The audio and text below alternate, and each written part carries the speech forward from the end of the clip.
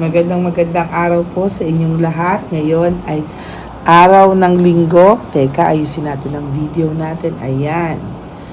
Kamusta po kayo lahat? And as promised, meron na naman po tayo ngayong araw na to na ayusin ko lang po natin yung camera. Meron tayong ganito yung camera ko.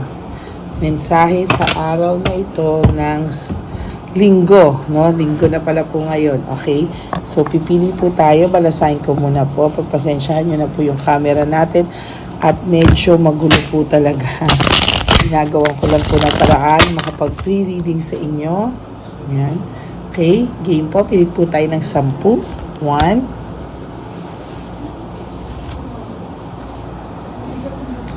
1, 2, 3, 4, 5,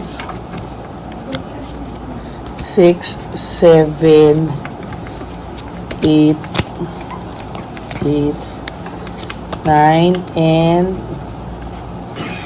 10. Okay? Now, pipili rin po tayo ng 10 dito sa isa. Balasahin ko lang muna po.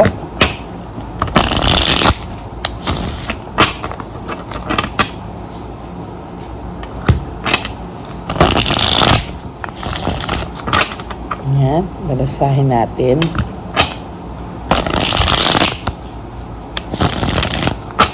Okay. 1, 2, 3, 4, 5, 6, 7, 8, 9, 10. Okay. Then, pili po tayo ng 5. Pili po tayo ng 5.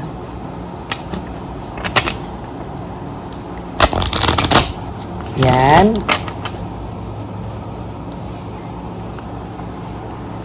1, 2, 3, 4, 5. Okay. So, itabi muna po natin ito. Okay.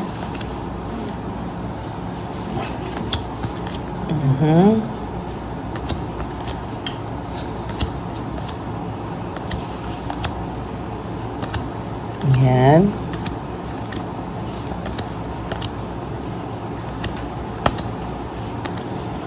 Okay. Ano kaya ang makikita natin ngayong araw ng linggo? Ano kaya ang mensahe sa inyo ng Divine Universe? So, buksan na po natin ang first card. Ang first card niya ay wala po confused po ang taong ito. Alam niya po na wala siyang tamang mga desisyon na ginagawa itong mga sa buhay niya ngayong mga oras na ito, no? Or rin pinagsisisihan niya ang naging desisyon niya. Yan ang ating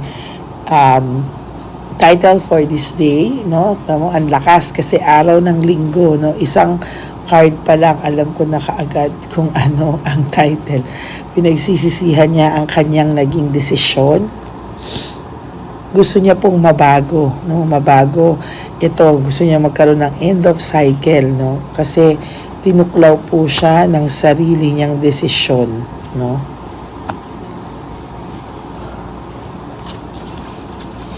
There's coldness, na nakakaramdam po siya ng panlalamig sa sarili niya, panlalamig sa kung sino man ang kasama niyang tao ngayon.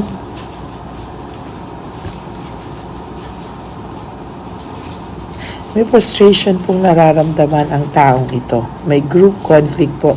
Sinasabi ko po, baka ginagamit po ito hindi lang po ni Chabilitang Palaka, kundi pati ang pamilya ni Chabilitang Palaka. Okay, at nagpapauto naman po itong si Shokoy natin, ano? Nawalan po kasi siya ng abundance, prosperity, security. Nawalan po siya ng swerte, no? Actually, ikaw po ang lucky charm nitong taong to. Na nung nawala ka po sa taong to be honest with you, nagka-leche-leche na din po ang buhay nito. There's sudden awareness, choosing happiness, no? Meron siyang bigla na realize niya ano yung nangyayari sa buhay niya, no? Pinagsisisihan niya yung mga naging desisyon niya, yung mga pananakit niya sa feelings mo. Pinagsisisihan niya lahat ng mga nangyari, no? Parang sinasabi niya, hindi niya inakala na ganito yung mangyayari, ganito yung magiging resulta sa kanyang naging desisyon. So, siya din po ang, kumbaga, sa kanya din po tumama yung maling desisyon na ginawa niya sa buhay niya, no? Tumama rin sa kanya na karma din niya. Naging karma niya yung desisyon, yung maling desisyon niya. Kasi, to be honest with you po, no, hindi niya po talaga inakala, no, okay na okay pa siya. Feeling niya okay na okay siya, okay yung naging desisyon niya. Now, ngayon, nalaman niya, mali ang naging desisyon niya. At ngayon, palang po niya, pinagsisisihan yung mga desisyon niyang nagawa sa buhay. Sa'yo, no, sa'yo. There's burned out over stress. No? Stress na stress at burned out siya sa mga nangyayari ngayon sa buhay niya. Pero alam nyo, hindi po ako naaawa. No? Kahit nakikita ko po dito na sobra siyang burnout, sobra siyang nagsisisi sa desisyon niya sa mga ginawa niya sa'yo. Kasi po, grabe po ang naging taong ito. No? Naging grabe siya sa'yo nung mga huling part ng relationship niyo. Halos nasaktan po talaga kayo ng sobra. Ayan, no? Sobra po siyang nasaktan talaga. No? There's passion and high standard. Dati po, napaka-yabang ito kasi feeling niya, kaya niya yung lahat sa mundo, no? Parang feeling niya, kakayanin niya lahat, parang sisiw lahat sa kanya. But this time, hindi daw pala. Yan, kasi. Then, there's this anger and argument. Lagi po silang, nagkakagulo.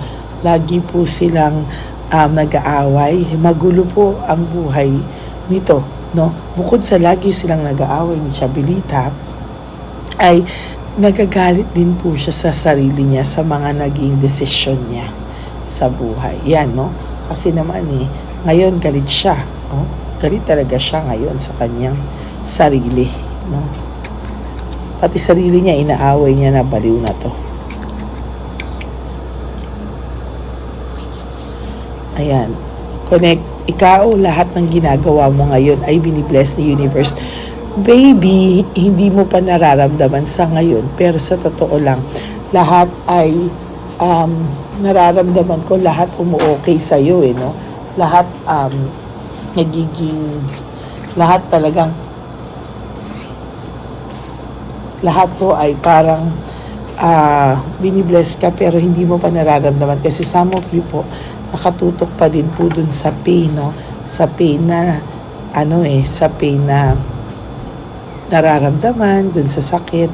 Pero alam nyo po, no, protektado po kayo. You are protected by the divine universe.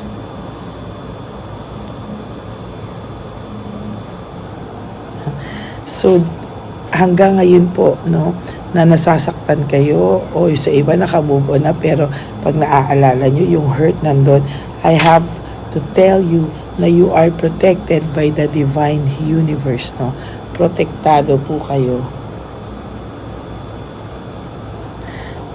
Kasi sa totoo lang po, no, yung pagka nangyari sa inyo ngayon, no, hinahanap ko yung mga right words yung mga nangyari sa inyo lately, recently, no, binibless na po kayo, hindi nyo pa rin alam, no, kasi nakafocus daw kayo masyado sa hurt. So wag nyo po masyadong focusan yung nararamdaman nyo and tingnan nyo po yung whole picture ng story, no. Dalawa na yan, no. hindi po yan magiging successful na hindi ikaw ang nasa tabi niya. Why? Kasi po, ikaw talaga ang lucky charm ng taong to. Somehow, no, mayabang to, hindi pa rin to humihingi ng forgiveness sa'yo. Parang mayabang pa rin yung dating nito na parang wala pa rin siyang pakialam. But the truth is, deep inside, siya mismo hindi pa din nakaka-recover sa nangyari sa inyo. Yan, dalawa na yung stress and burnout dito. There. Talagang pag Sunday, Friday, Tuesday, minsan magkakatabi pa yan. And ngayon, halos magkatabi ulit. Talagang nakakaramdam siya ng stress and burnout, no? Then there's this, ang dami niyang unachievable expectation. Kasi dati, parang ang bilis-bilis ng blessing sa kanya. But now, parang napakatagal sa kanya ng mga, parang napakatagal para sa kanya na ma-reach ang isang goal. Ayan, no, hindi sila okay ng karelasyon niya ngayon, no? Nakabaliktad si the devil. There's lack of balance sa buhay niya. Lack na lack talaga. Kumbaga, kulang na kulang talaga yung balance niya ngayon. And then, no? Loss of balance, lack of balance, loss of balance. He's very disorganized and overwhelmed sa mga nangyayari po sa kanya. There's heartbreak, suffering, and grief, no? Meron sa kanyang sakit, meron siyang sakit na nararamdaman. And last but not the least, gusto niya pong maging masaya, pero hindi niya po magawa. Yan. And ano po yung five feelings natin sa Oracle? We need to let each other go. Siya po ang nagsabi niyan sa'yo na hanggang ngayon ay pinagsisisihan niya yan, naging decision niya na yan. Kasi ang sabi niya, I wish I had treated you better. Yan. Mayabang lang po ito sa panglabas niyang anyo.